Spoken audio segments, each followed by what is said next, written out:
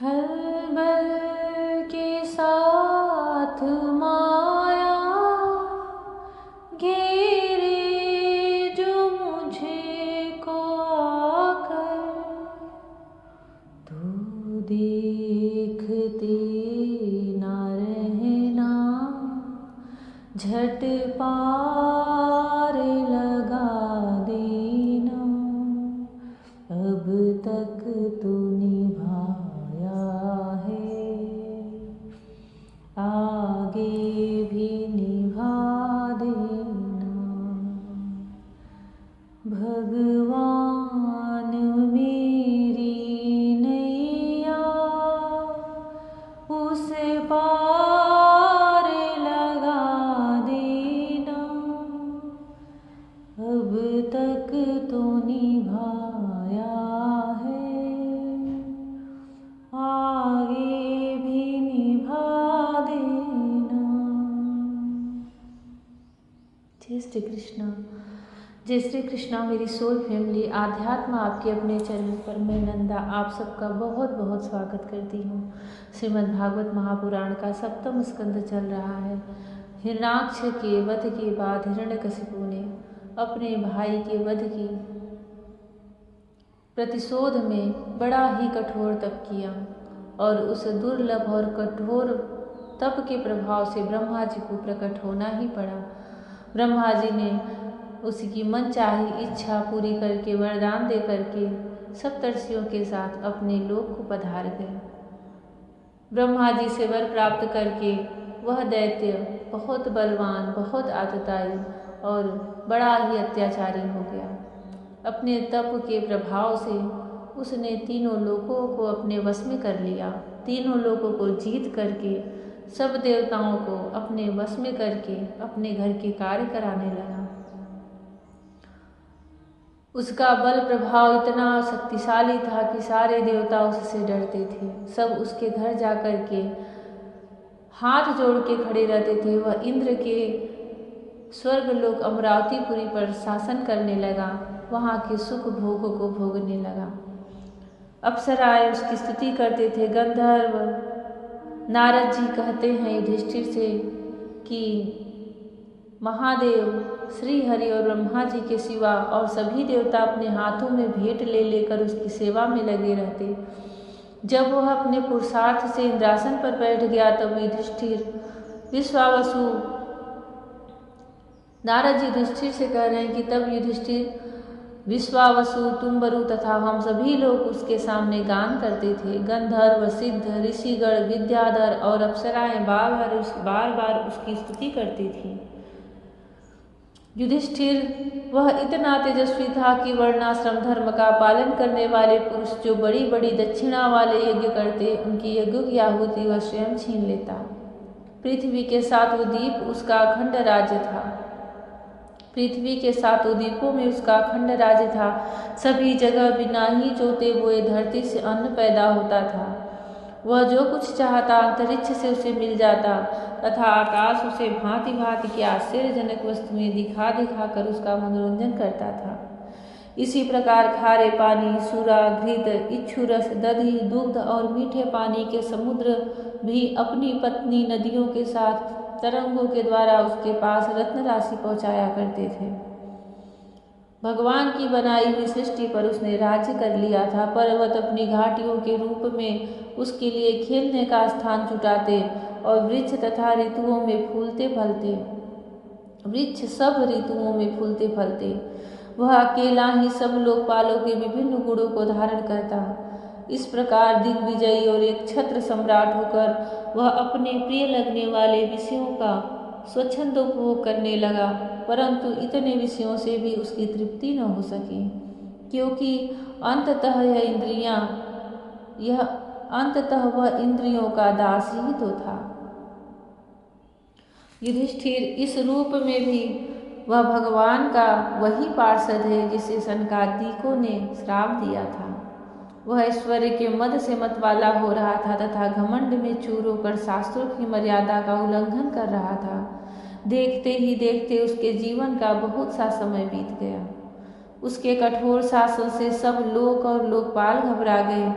जब उन्हें और कहीं किसी का आश्रय न मिला तब उन्होंने भगवान की शरण ली।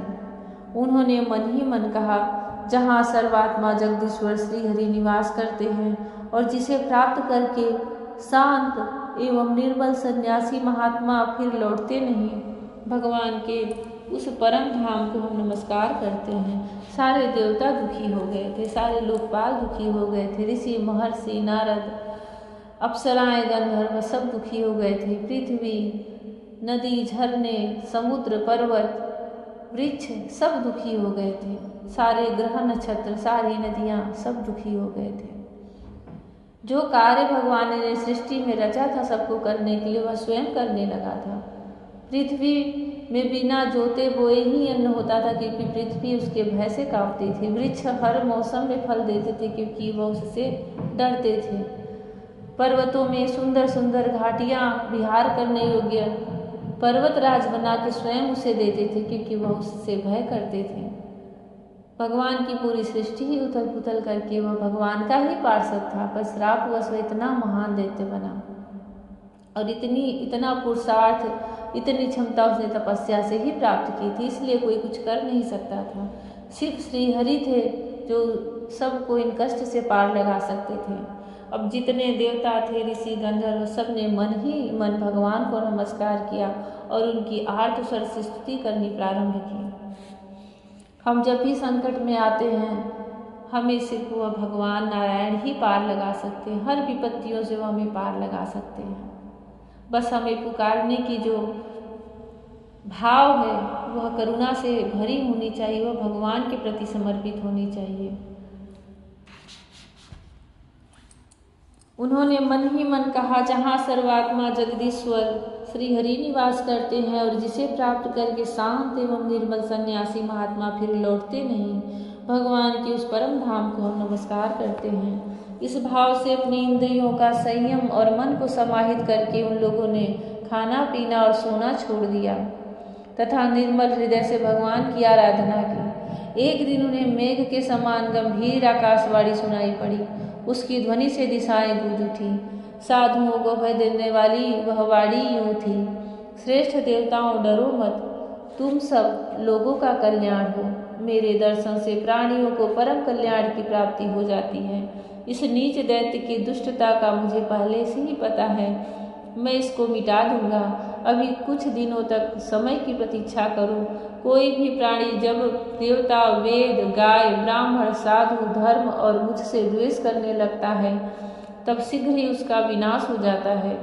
जब यह अपने वैरहीन शांत और महात्मा पुत्र प्रहलाद से द्रोह करेगा, उसका अनिष्ट करना चाहेगा, तब वर के कारण शक्ति संपन्न होने पर भी इसे मैं अवश्य मार डालूंगा। जय श्री कृष्ण। नारद जी कहते हैं, सबके हृदय में ज्ञान का संचार करने वाले भगवान ने जब देवताओं को यह आदेश दिया तब वे उन्हें प्रणाम करके लौट आए। उनका सारा उद्वेग मिट गया और उन्हें ऐसा मालूम होने लगा कि हिरण्यकशिपु मर गया। युधिष्ठिर दैत्यराज हिरण्यकशिपु के बड़े ही विलक्षण 4 पुत्र थे। उनमें प्रहलाद यूँ तो सबसे छोटे थे परंतु गुणों में सबसे बड़े थे। वे बड़े संत सेवी थे, ब्राह्मण भक्त, सौम्य स्वभाव, सत्य प्रतिज्ञ एवं जितेंद्रिय थे तथा समस्त प्राणियों के साथ अपने ही समान समता का बर्ताव करते और सबके एकमात्र प्रिय और सच्चे हितैषी थे। बड़े लोगों के चरणों में सेवक की तरह झुक कर रहते थे। गरीबों पर पिता के समान स्नेह रखते थे। बराबरी वालों से भाई के समान प्रेम करते और गुरुजनों में भगवत भाव रखते थे। विद्या धन सौंदर्य और कुलीनता से संपन्न होने पर भी घमंड और हेकड़ी उन्हें छू तक नहीं गई थी। बड़े बड़े दुखों में भी वे तनिक भी घबराते न थे।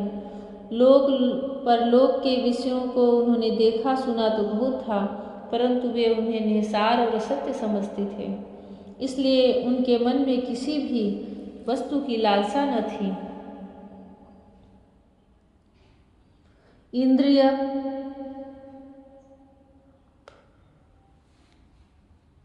इंद्रिय प्राण शरीर और मन उनके वश में थे। उनके चित्त में कभी किसी प्रकार की कामना नहीं उठती थी। जन्म से असुर होने पर भी उनमें आसुरी संपत्ति का लेस भी न था। जैसे भगवान के गुण अनंत है, वैसे ही प्रहलाद के श्रेष्ठ गुणों की भी कोई सीमा नहीं है। महात्मा लोग सदा से उनका वर्णन करते और उन्हें अपनाते आए हैं, तथापि वे आज भी ज्यों के त्यों बने हुए हैं। युधिष्ठिर, यूँ तो देवता उनके शत्रु हैं, फिर भी भक्तों का चरित्र सुनने के लिए जब उन लोगों की सभा होती है तब वे दूसरे भक्तों को प्रहलाद के समान कहकर उनका सम्मान करते हैं। फिर आप जैसे अजात शत्रु भगवत भक्त उनका आदर करेंगे, इसमें तो संदेह ही क्या है। उनकी महिमा का वर्णन करने के लिए अगणित गुणों के कहने सुनने की आवश्यकता नहीं, केवल एक ही गुण भगवान श्री कृष्ण के चरणों में स्वाभाविक जन्मजात प्रेम की उनकी महिमा को प्रकट करने के लिए पर्याप्त है। जय श्री कृष्णा। भक्ति कहीं भी जन्म ले सकती है, किसी के भी घर में। वह यह नहीं देखती कि यह दैत्य है, असुर है, देवता है। भगवान का भक्त कहीं भी आ सकता है और भगवान की लीला में कुछ भी हो सकता है। रावण इतना बड़ा असुर था, वह स्वभाव से ही राक्षस हो गया था, परंतु वह एक ऋषि ब्राह्मण के पुत्र थे, जिसका वध करने के लिए भगवान श्री राम को अवतार लेना पड़ा।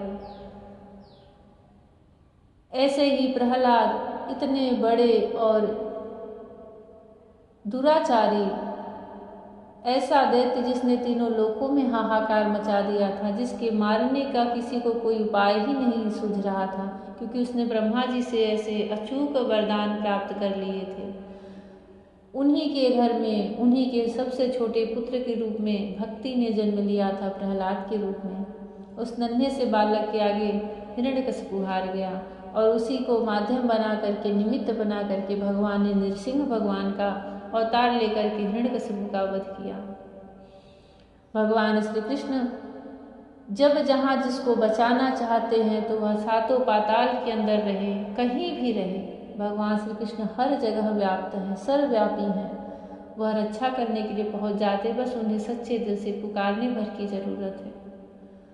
भगवान श्री कृष्ण हम सबकी भी पुकार सुने, हम सबके भी कष्ट मिटाएं, हम सब पर अपनी करुणा भरी दृष्टि बरसाएं। जय श्री कृष्ण। राधे राधे। जय श्री कृष्ण। हरि ओम।